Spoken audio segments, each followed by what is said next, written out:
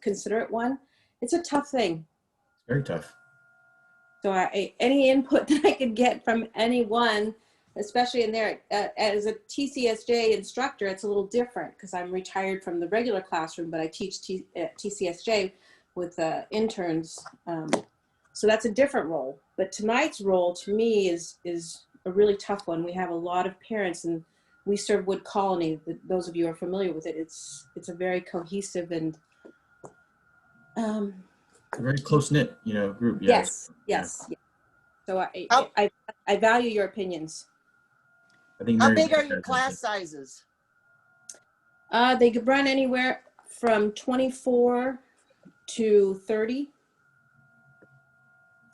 So that's the major problem is, so I have 10 students, and that's pretty much 6 feet apart. 10 sixth graders is really, I would say 12 in a portable is all you can handle if you're serious about keeping them apart, which I can tell you, this is the end of week 2, I think, or this is the beginning of week 3. We are used to each other, and we stay together. The campus is real good about keeping everybody in their areas so that they're not mingling with other kids, although they are brothers and sisters of these kids, so it's almost a joke, but everyone's trying to follow the rules. But no, I would say 12 2 days a week, or I think my daughter in Newman Crozani, they said maximum 15 a week, 2 days, 15 the other 2, and then a day of in-service and whatever. It's my 2 cents on that, but it does work. It's great having them back. The problems that a lot of our teachers were talking today at lunch is not problems, but questions is they're riding on a bus and they're going to, so, the bus riders, they're going to try to sit siblings together and sit the same kids together, but then they're going into different cohorts. So siblings, cohorts are the greatest thing. And you think, okay, all the 4th graders are going to stay together. All the 5th graders are stay together. But that 4th grader sat with a 2nd grader on the way to school. And, their cohorts can stay together. But I think in a public school where they're all coming from different parts and they're going to interact, it's really hard. There's a lot of challenges to keeping them in a true cohort and making sure they're not cross-contaminated, and how are aides going to cover the teacher's, bathroom break, and they're cross-contaminating different classrooms. And I'm not, personally, I have a lot of different beliefs than what I have to implement into the school that I work at, but there are just a lot of people that are very concerned with those kinds of issues because there is a lot of interaction in a day at a school, and cohorts are going to be really hard to keep truly as a cohort and not have any interaction outside that cohort. So that's just feedback from other teachers that had a lot of concerns and are very, they want to protect that safety. I know those are the same ones that our district, we've talked a lot about at different sites and in different groups, that even from site to site and grade level is different too. Because I think, Mary Beth, you said you have a class size of 10, you're saying? So that's an entirely different environment than a secondary class. So what we've tried to encourage is since we don't know, the sites have done a lot of planning for what suits them best. And so I think that having that conversation at a site level, or even a smaller districts, like, grade level group, 4th grade social distancing looks entirely different than, my 7th and 8th grade class, or even my high school class, or what does social distancing look like in a kindergarten class, especially when you have, 25 kids, and that's insane. One of the 1st grade teachers at our site it broke my heart. She wanted, how do we handle when kids want us to tie their shoes, when they want to hug? Right. The teachers in us are not going to let them out tying their shoes. I mean, this is all elementary stuff, and I've been at a middle school and I've been at an elementary. But, these are real issues. The teacher becomes the parent in an elementary site. And so, I mean, I don't know, Mary Beth can probably attest to how it's going, because there is kindergarten and there is actually preschool at her site. But, it is what it is. The preschool actually don't even have to wear masks. So they just make it work. Well, I'm extremely torn because I get the social emotional, and I have my own children and I want them to go to school. But I mean, I think it just depends district by district. I'm not familiar with yours. If they can handle the cleaning, if there's subs to go around, you know, if they have a solid plan, I would say, yeah, go for it. But if they don't, and if you, like, our district is smaller, we got a lot of issues, just like you said, Stacy. And we don't even have custodial staff right now at our site for the evenings. And it's like, we're still doing it, but we're like, well, who's going to clean? Like, oh, we'll figure it out. I'm like, you know, that's kind of scary as a teacher's perspective, but hey, I don't know. I say if your district can handle it, absolutely. If there's question marks, you know, maybe pull a couple teachers aside and say, hey, you think we can handle this, and just kind of get their feedback. Yeah. And we spray them with disinfectant, or it's a, you know, whatever it is. And you spray them when they come in, you spray them when they go out, or they wash their hands, however you want to call it. But you spray their desks every time, you know, at the end of the day and the beginning of the day, you spray their desks. And the TK were spraying their feet for a while, but I think they don't do that anymore. But they were spraying their feet. Well, And everyone they're trying to keep everybody separate. They do not want to close. They are doing everything they can to stay open. So you cross your fingers. But washing your hands constantly, and the kids are trained, and in 6th grade, they never take their masks off, at least not in my class. Now, when they go outside and they're running around, I believe they're allowed to take their masks if they're playing basketball. There's certain rules. so, and I know Jay Ross also mentioned the idea for him personally. It's obviously, you know, I'm not sure if he's still on, but he has a lung condition, you know, and just looking at our colleagues who do have health issues, you know, that's a reality. Some of us, you know, I'll put myself in there. I'm not in a high risk group, so I'm not as concerned, but out of, you know, obviously I think about others, and that's a reality. And I think, you know, colleagues, it's a true fear, you know, of having to return. And I think, Charles, you mentioned this too, not even just our colleagues, but, you know, if they're a caretaker or extension of, then that definitely becomes an issue. I want us to push into today's, you know, it's not really a presentation, it's more of a debrief and reflection. So I want to go over just the process. Our goal for our 10 workshops is the idea that we learn something new. And then in those 2 weeks, we try to apply some aspect of it in our classroom, whatever that environment looks like.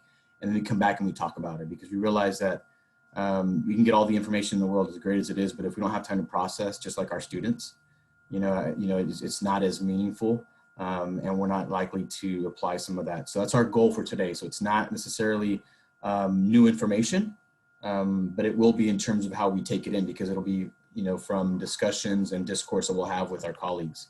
So now that we're here, I'm going to share my screen for a bit just to make sure.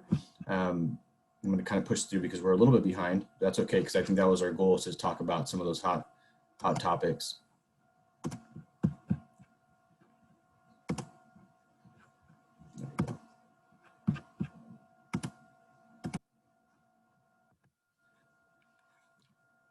Last time we talked about it, for those of you who weren't here, was a question formulation technique. And really, the goal is in the thesis statement, the idea that we wanted students to ask better questions. And I think for all of us, you know, sometimes we create those really good questions, and even then students struggle to engage with it for whatever reason.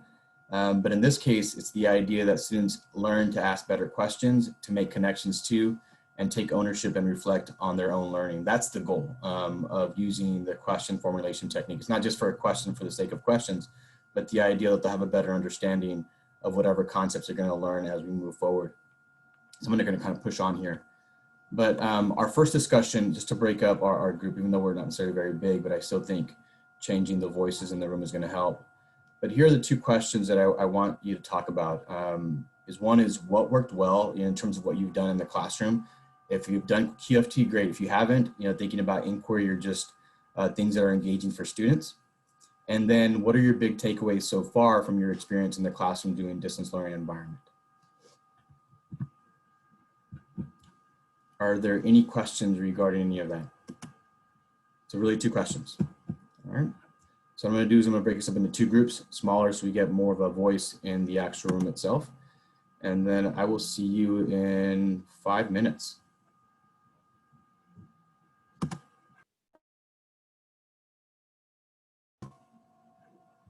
hopefully most of you had a chance to share some of the things that worked well. Anything that stood out in your breakout room. I know I spent time in a little bit of both. And I apologize, when I realized it, basically the whole lead team was in room 2, and so I had to quickly like whiplash Charles and put him into like, room 1. It's kind of like Stranger Things, it's just upside down, just threw you in there. It's really quick.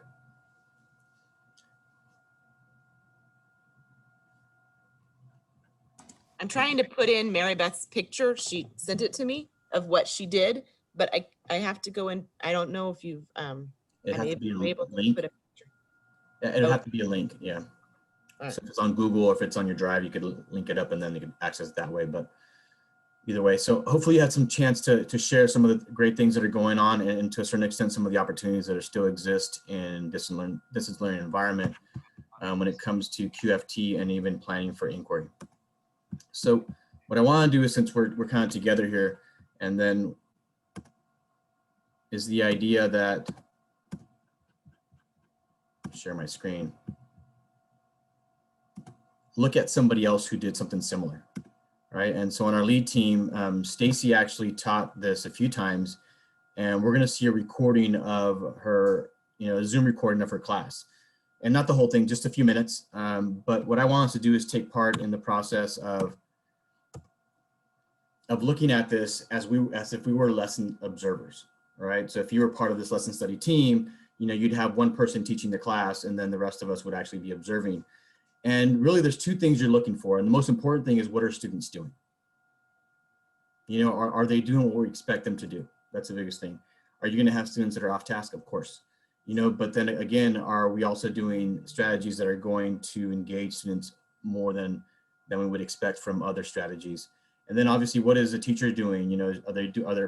We call them pivots in the lesson, where they might make a left or a right based on whatever the students are doing.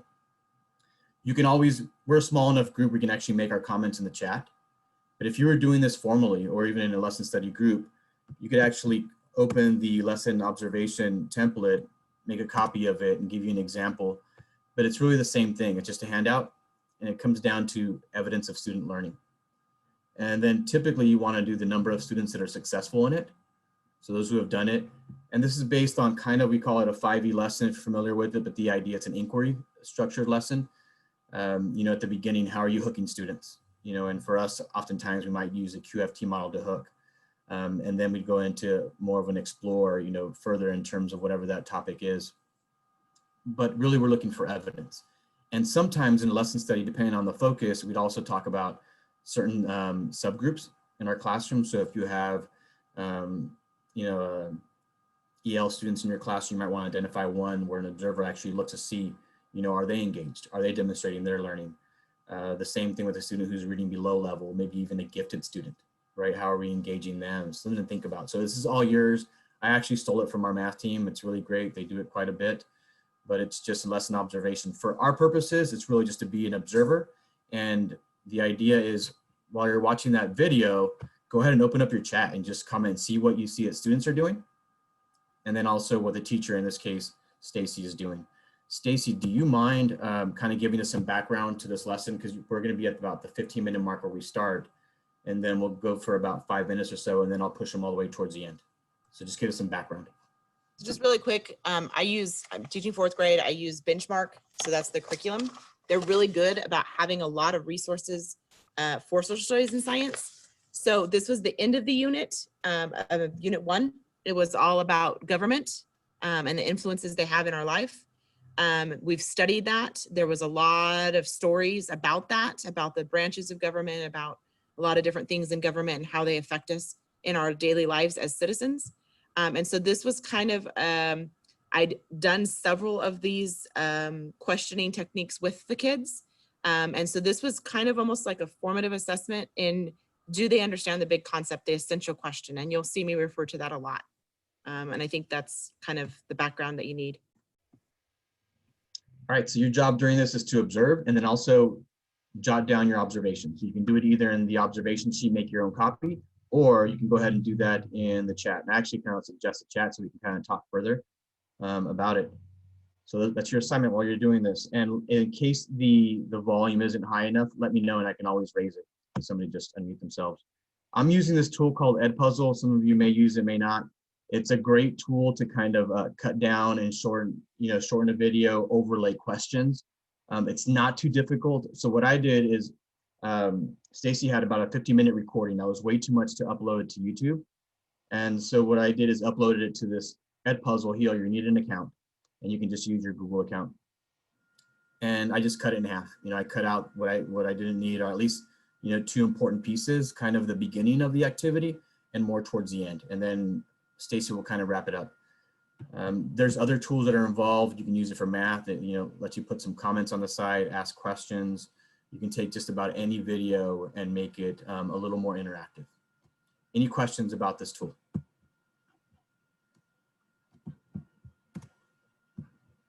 All right. I have a question, if that's okay. Go ahead, of course. I'm actually having a lot of trouble with students being able to access Edpuzzle. To access Edpuzzle? Yeah, so I'll like post a video for students to see, and they'll like comment like can't access it, try to log on with like Google sign in, and they're not able to get into it. So that's kind of one of my issues with Edpuzzle so far. I don't know if anybody, maybe Charles, since you're our tech guy, then maybe you can kind of share if it's what's a possible, troubleshooting. It could be a couple things. One, if your students are on, are they on private devices or school issued devices? The one today was saying that they were on a school issued device. There might be a problem with the whitelist. So what I would do is I would send the Edpuzzle link into your IT department and ask them to make sure that that's on a whitelist. Okay. Because there might be a filtering issue with your district. No, Some of the other issues we've had in the past are students are not synced on their account. So they want to go in and make sure, they want to go into their Google settings and they want to make sure that they are, that the syncing is turned on. What I found is some of the kids will take their district account and they'll pair it with their private account and they'll bridge the gap, and which will cause a whole mess of issues. But it's a way of getting around some of the school filters on YouTube and a few other sites. Yeah, that's usually the biggest issue is YouTube. Like if it's still, even though it's your Edpuzzle, it still has a domain of YouTube and it'll get blocked. Yeah, that's the Okay. Yeah, so you'd have to, if your YouTube is blocked at your district, then you'd probably need to find other video sources. But if YouTube is blocked and if your district is really strict on that, I would nicely mention to your IT to see if whoever runs your Google domain, there is a way that you can open YouTube up for teachers and then have the students on safe search, but have the teacher's ability to approve or disapprove of any video. So I can show something wildly inappropriate for a kindergartner, but I can approve it for my 8th graders. Does that make sense? That makes sense. So it could be something on the back end. I think Matt, you said something about making sure the video is imported. Yeah, me and Tim are actually in the same district, and I had an issue where students weren't imported. That was one, because at the beginning kids were kind of going back and forth. The second one is they always try to log in on their own Gmail account, or they're not in their school account. Because I use Edpuzzle all the time, Tim, and I just try to do it in class, make sure they're on it, and then if they have any problems, I can troubleshoot it with them. But that's like 99% of it. Either they're not imported or they're just not on the correct Gmail account. Perfect. Okay. That's a good one. Because Edpuzzle imports it keeps a record of all your it kept the record of classes that I ditched like 4 years ago. So going back in and making sure, like Matt said, you have the right kids in the right classes. That's a good one. Thanks, Matt. I'm going to steal that and pass it off as my idea when I call my teachers. That means you're an educator, bona fide educator. Okay, so once again, observation, and then record your notes in the chat. Okay. Okay, so you should see it at the top. So if you go on the ship, we're working with our journal. There was a journal entry that had questions on. So if you want to go to your journal and add some questions, and then you can cut and add your questions into the Jamboard. All right, at the top of Google Classroom in classwork, it's Guy with Bags questions. So please open that. In the link, you will see your Jamboard. It looks like this. I did share it with all of you, and I believe I made it editable this time, which was awesome, I remember. So you should be able to add your stickies How's the volume? Is it a little low? It's fine. Charles, how's that volume now? I put it up a little bit. All right, assuming it's good to go. I know it was a little bit low, so I put it up just a bit. Please add if it is an open-ended on this side, and if it is a close-ended on this side. Kinsley, just to review, because you just joined us, this was your journal this morning. So you're writing questions about this picture.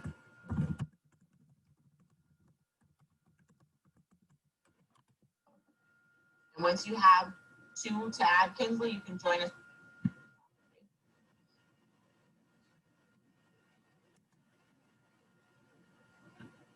When we add questions,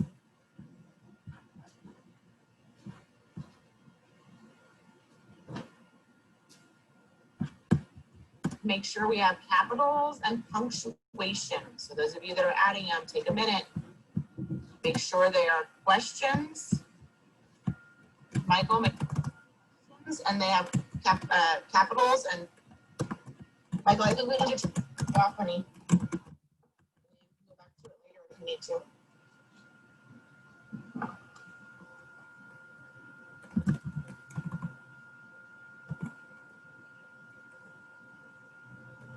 I see some have capitals and some don't. Make sure our questions have capitals and punctuation. Clark.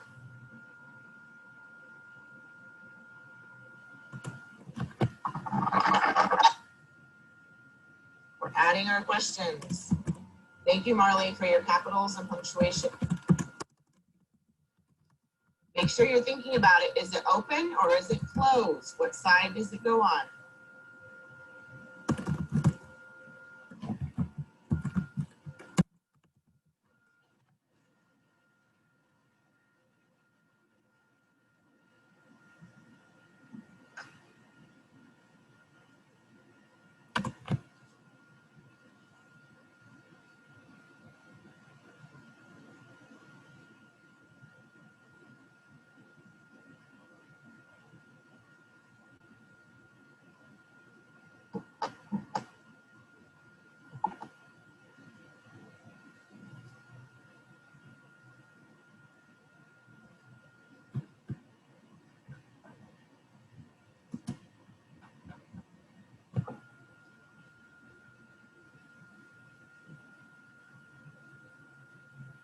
Give you about 1 to 2 more minutes. Make sure you have capitals and punctuation. I see some have capitals and some don't.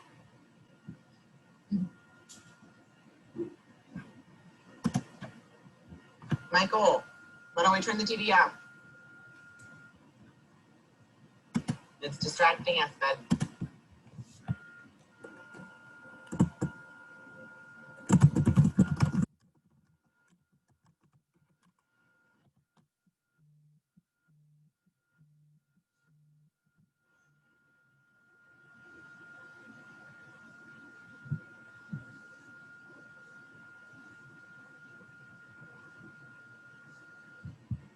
Kinsley, were you able to add questions to the journal? Give me a thumbs up. Okay, so go ahead and go into your journal.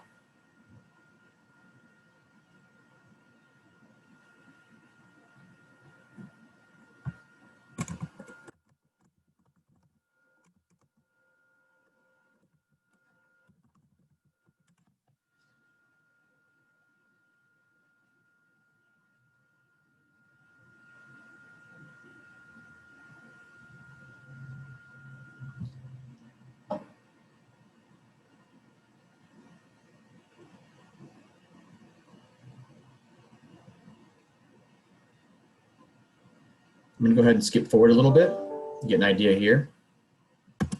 Why does he have it? Maybe he's moving. Maybe there's something that happened and he has to have all of his belongings in the truck. Maybe he's homeless and this is where he lives, in his truck.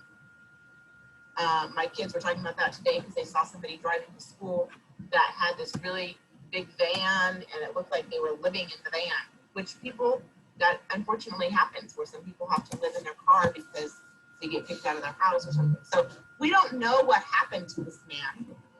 And we don't know why he's getting all these bags into the car. But thinking about, and I'm gonna add another one. I know you guys, you don't need to make new frames, but thank you. I'm gonna pose a question that I want you guys to think about. Why would I pick this picture to go with Unit 1 wrapping up? And remember, our question for Unit 1 was, how does the government affect the way we live? Okay. So here's my question. Go to the second Jamboard. Yes, Crystal? Are we going to do that tonight today? Yes, but not right this second, but yes, I'm glad you asked that. All right, so go to the second Jamboard and think about that question. Why would we're wrapping up Unit 1 this week. Why would I include this picture for social studies? This is kind of like social studies.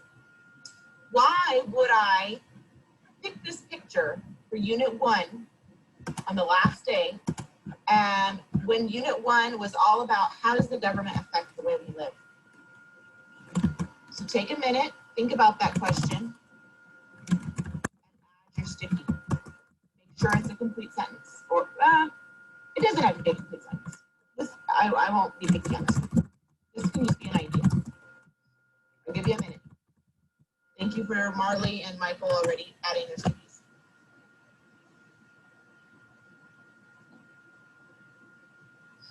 Michael and Marley, can you add a picture to page 3 of one, find a Google picture that you would add for Unit 1? If you're done with your question already. Good,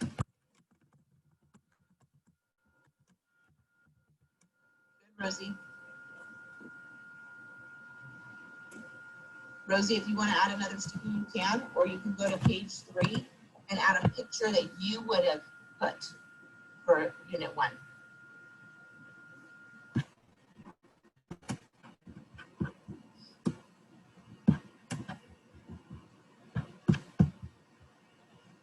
Kinsley, you all caught up? I'm going to go ahead and stop it there. And then go back to the presentation. So really quick, before Stacy jumps in and shares kind of her experience with this, I'd rather us as observers kind of share some things that either we recorded or things that we didn't record but we noticed, you know, in the lesson. And it's really quick. I mean, typically you observe an entire lesson or at least a good chunk of it. This was down to less than, you know, about 8 minutes or so. But anybody want to share what they noticed? Students doing or the teacher doing? I put in the chat box, I just love to see the kids thinking. Sometimes I think we teachers forget that we see a kid struggling, we just want to help them out, kind of blurt out the answer. That's what we talked about in our breakout session, but just having the kids grapple with it, battle with it, think for themselves, that's our job, you know, create those situations where they have to think for themselves, because, you know, especially in high school, they're going to be young adults pretty soon who are voting and doing those things. So I just love to see that. And I wonder, like, you know, in terms of what is the goal of question formulation technique? Is the idea that we get to see student thinking? And if it is, then it's a success, right? Because we get to see what they are thinking or processing or how they process a simple image like, you know, appears like to be a soldier or somebody in army attire, you know, handing a grocery bag to somebody who's older in a parking lot and what that means to them. So I thought it was awesome. You're right. Anybody else? I like the way that Stacy there was no judgment on the questions. It was just, and I think Sonia brought up the idea of just guiding. It's all you're doing is guiding the process. There was no qualifying of the questions. There was no really even repeating. Just, you know, I like the process. You guys are doing good. Keep moving. Keep doing this. Keep them on the track. I thought that was really, because I know as myself, sometimes I fall back into that evaluatory role of that's an excellent question, or that's, you know, which implies that everyone else's question wasn't good. So I thought that was really good, Stacy. Yeah, I agree with that because I would have worried the first thing when the kid said, "Why is this license plate blocked?" I would have thought, "Oh, for crying out loud. Is it really about that?" You know what, though? That had a great connection. You missed it. It's in the lesson. I do refer to it. We did a digital citizenship thing that afternoon. So it was all about Privacy Act. And so I made a connection to it. With fourth graders and a Privacy Act. Awesome. You know what, Stacy, go ahead and give us like just your experience with this. And then you can, if you want, I'm going to put on the next slide so you can show like kind of the group, that final formative assessment, you know, about the connection, but just do this first, and then we'll go into the idea of your overall experience and maybe big takeaways. So this was, at the spur of the moment, again, this was the fourth or fifth time we've done this process throughout this unit. So this was, and I've done it on different things, but this was a spur of the moment. I know some of them that are going to be done, and my Michael does not like to add more than one question. So I needed something for him to do because he was going to screw this up. So at the spur of the moment, if I let him make a picture, he would be occupied, and he was. He adds about 50 pictures of President Trump to this page. But anyways, I thought to add and it was a quick formative assessment on who would, putting themselves in that role as a teacher, how would they present a picture to add questions for if they had a group of students about Unit 1.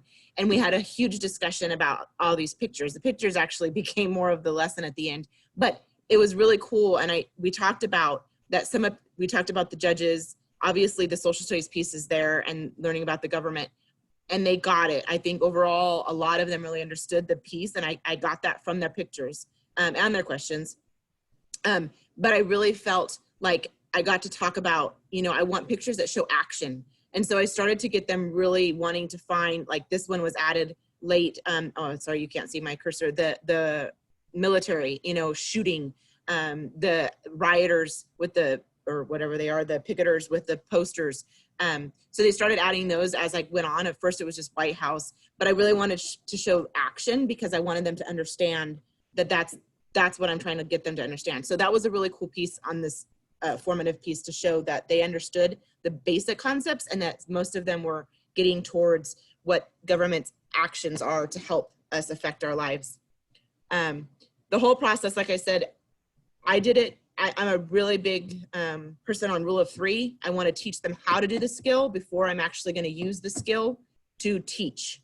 So I taught this kind of lesson on different things. Some of it was just kind of fun topics, and then some of it was really related to the social studies that we used. That way I knew that they knew how to add the stickies. They knew what the open and closed meant. They still are struggling with that. They're 4th graders, but that's okay because they're 4th graders, and that's part of what I need to teach them.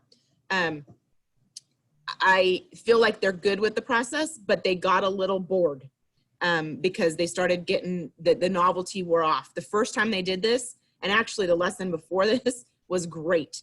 At this one, if you watch the whole 50 minutes, they start asking about math, and Michael doesn't want to add questions. And so it's truly not meant for a daily thing, which I'm still learning how to do it. So I didn't, I wouldn't use it daily, but it's great for formative assessment.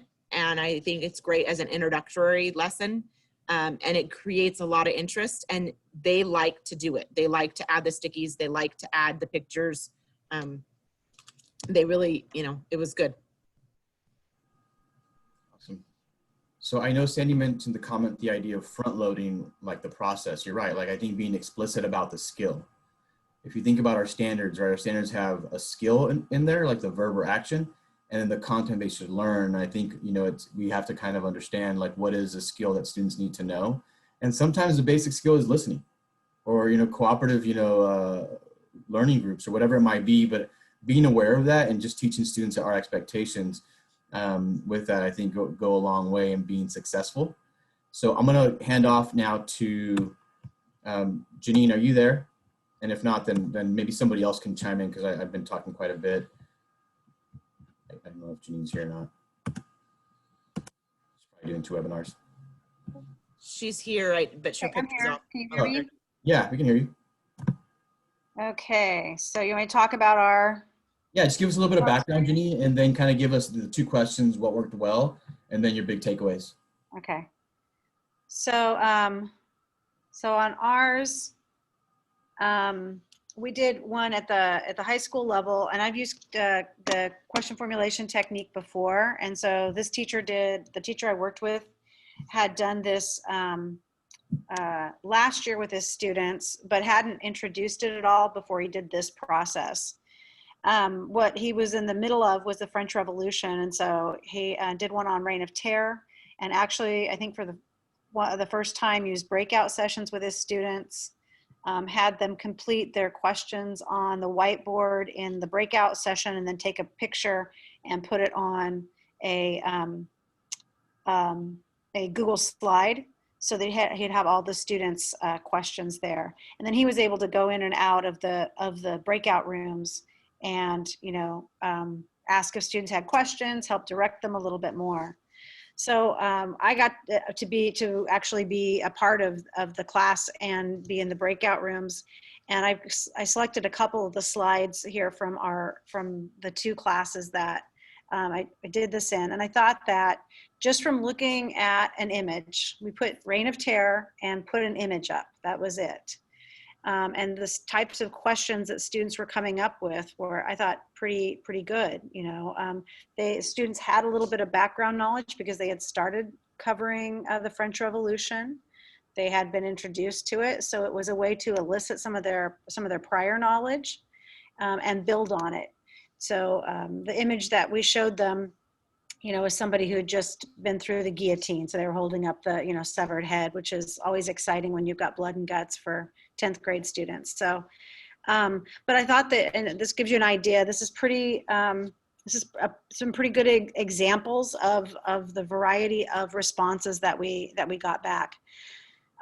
When we debriefed later, a few things. Number one, this is the first time that this group of students had used this, and we were using it in something a little more high stakes, where they felt that there was really, they needed to know something, is how they felt, as opposed to asking questions. So that was a whole different paradigm shift for the students, was that idea of asking questions as opposed to coming up with answers. And so I think that's a good place to have students, but it teaches them hopefully the value of questions.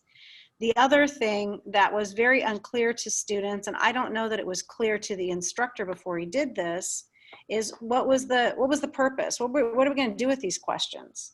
And so something to have a purpose. All right, so from these questions, your top 3, it could be something as simple as, we're going to post these, and then as we address them, we're going to cross them off, or we're going to make sure that you can answer them.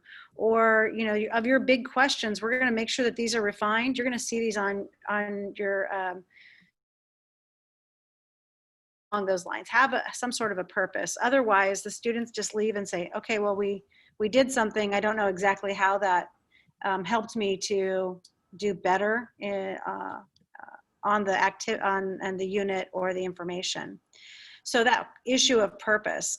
And in thinking about that a little bit more, I went and dug into what was available on the Right Question Institute site, and found a facilitation form that really kind of gets a teacher to think about the steps in producing their activity, and that one of those early steps is coming up with that purpose. And then using, what we know about from Hattie's work, that issue of clarity, just being really clear with the students what's happening with this information. Is this something that they're going to be focusing on? What's the objective? So, I thought it was really good. I thought the students wrote some good questions.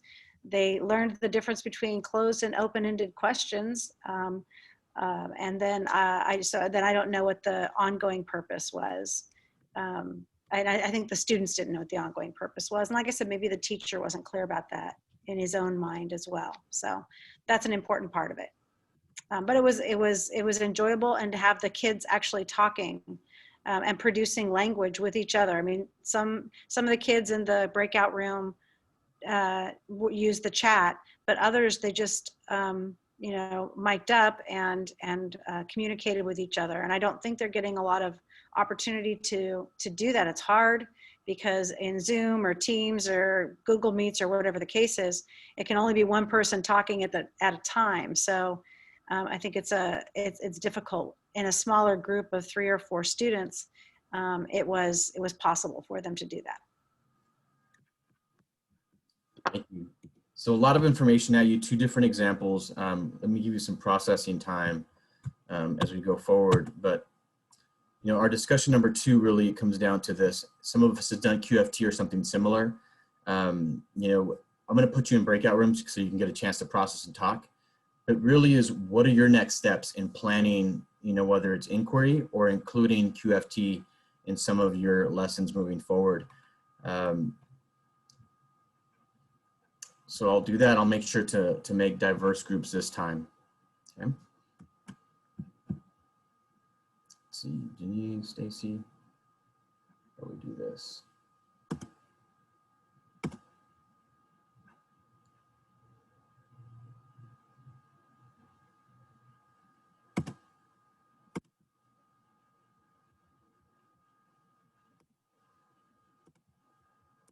All right, should be in breakout rooms. Should look a little different.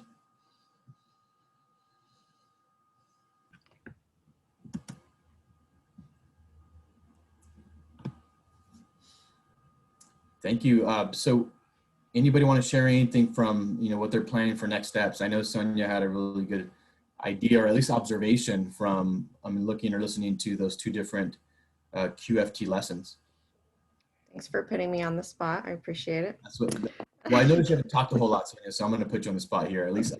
But I thought it was a good point, because I observed the same thing. I'm thinking that others are going to do as well. So my thought was just, you know, you were talking about they kind of got tired of it after 3 times of doing the same thing. So my idea was, you know, what if we presented the picture at the beginning of the unit and elicit some responses and their ideas, and then throughout the unit, the picture comes up, you know, throughout the unit various times, and their questions will start to change because now they've collected more information, and then bring it up at the very end, and then, you know, let them explain their new thinking and explain, you know, why they've changed their answer from the beginning to the end. So just that whole process of collecting the information throughout the unit and applying it to this picture or this idea.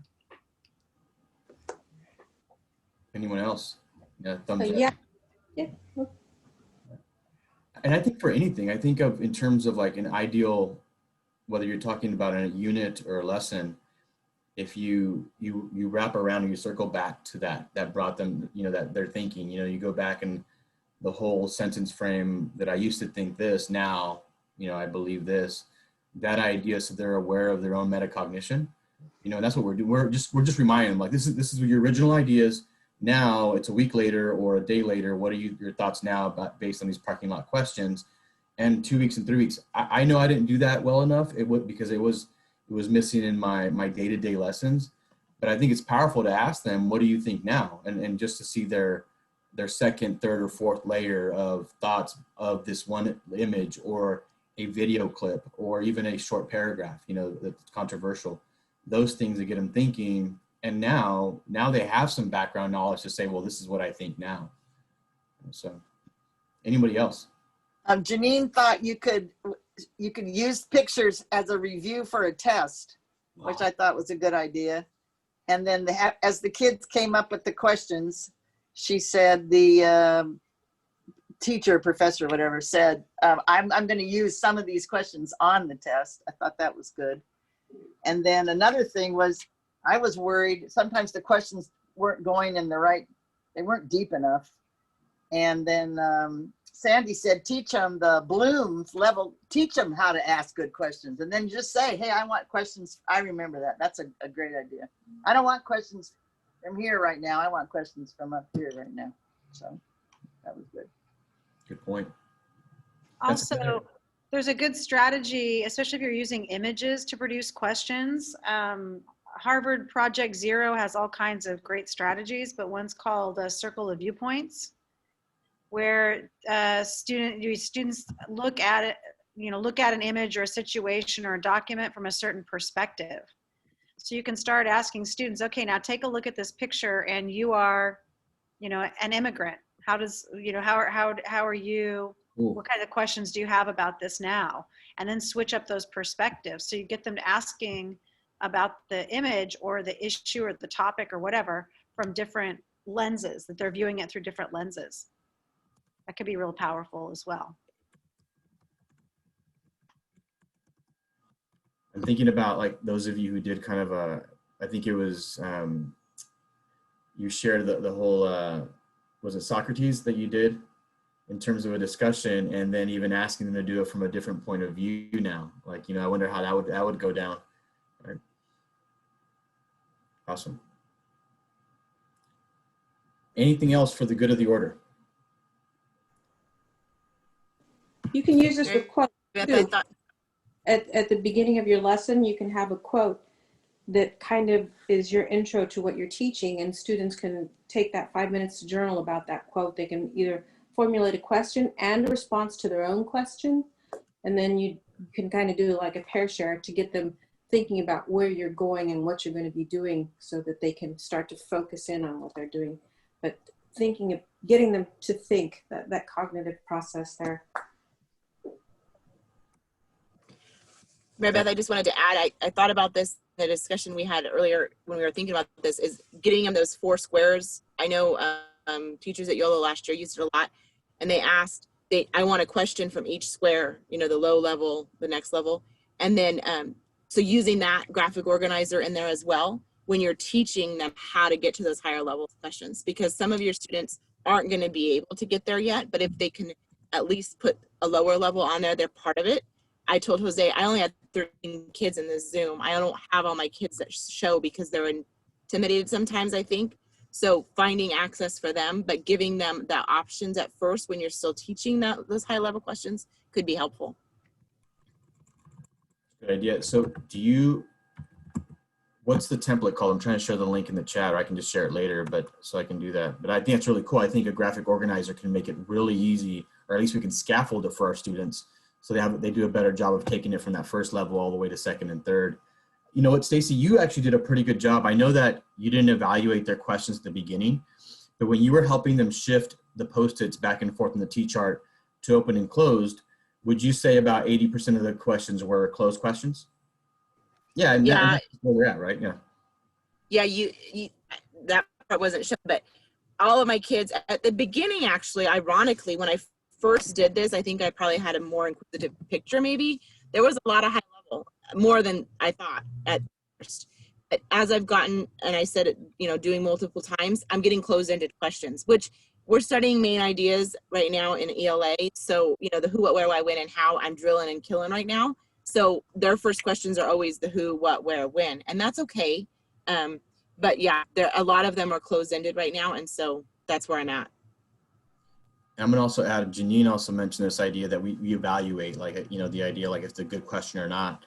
But I think sometimes it's, it's a compelling question. We use that term in history, but for them, for them where they're at right now, that's kind of important. Maybe the car doesn't have a license plate. I think about a lot of kids, growing up, and I think, when for whatever reason, you may see a lot of cars like that in your neighborhood. I don't see them in my neighborhood, obviously, at this point in my life, but maybe I saw them when I was younger, and so, but those things, obviously, like for them, that really connects. Like, hold on, why is this car, why does it look like a car that I might see or not see in where I live? And the other thing, if you have them, if they're writing it on a sticky, they can't see other kids' questions, right? So I had them do 3 stickies. And that was the other thing that was interesting, is without any contact with anybody, what interested them the most? What worried them the most? As opposed to if it's on the computer, as soon as one kid says it, then maybe other kids will just copy that. But that was the part that was, to me, was good. Was, oh, so they're getting about the guy with the stick. Okay, I didn't get that. Okay, so I mean, they focused on different things. So I put the feedback, the link for the feedback there in the chat. It's also in the slide deck on slide 12. We're done. So we're done with our debrief. Any of you want to stick around, you know, after, we're going to take some time off though. If you want to start thinking about planning inquiry, and you know, we only have about half an hour anyways. No one has to. Actually, I'm going to make an executive call that you give yourself some time. But if you feel like you really need some planning time and a thought partner, by all means, come back at 5 o'clock. And you know, whoever wants to stick around from the lead team will kind of walk you through the idea of doing this. We'll probably end up doing it again in another debrief. But if you really need that support now, we're here for you. But thank you for coming. I know we're a small group, but I appreciate all of your insight. Please fill in the feedback. And if anything else, please add that some things you would like to see that you think might be a way to capture a bigger audience. Yeah.